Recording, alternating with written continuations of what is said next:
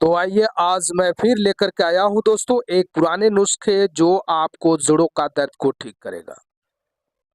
आपको मैं बता दूं कि आप कितने भी दवा खा लीजिए, जोड़ों का दर्द का, यूरिक एसिड घटाने का, जो है कि घुटने में दर्द तो अचानक होता है और कुछ घुटनों में ऐसा दर्द होता है कि लोगों ने परेशान रहते हैं।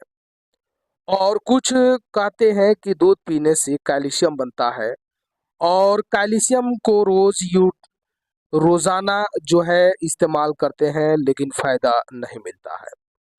कुछ लोग बताते हैं कि कैल्शियम बढ़ने से जोड़ों का दर्द में फायदा मिलेगा, लेकिन मैं बता दूं कि जिनका 50 से ऊपर उम्र हो गया, यानी कि 40 से ऊपर उम्र हो गया, तो समझिए कि उनका कैल्शियम नहीं बनेगा, क्योंकि एक ऐसा कैल्शियम बनाने का सबका समय होता है।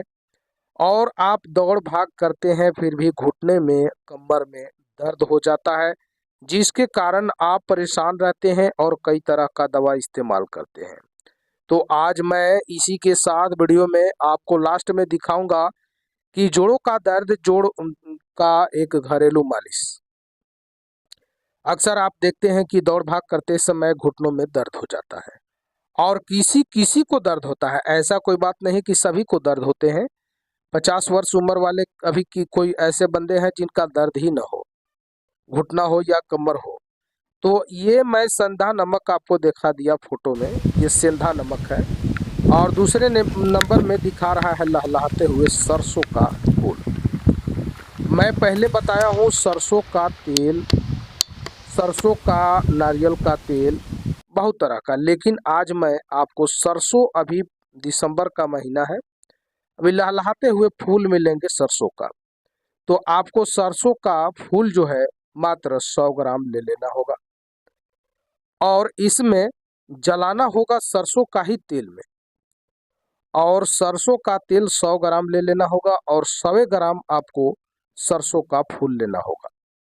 अब ये करना क्या है कि जहाँ पे आपको जोड़ों का दर्द है, तो उससे पहले आपको सरसों का तेल में सरसों का जो फूल है उसको आपको थोड़ा जला लेना होगा।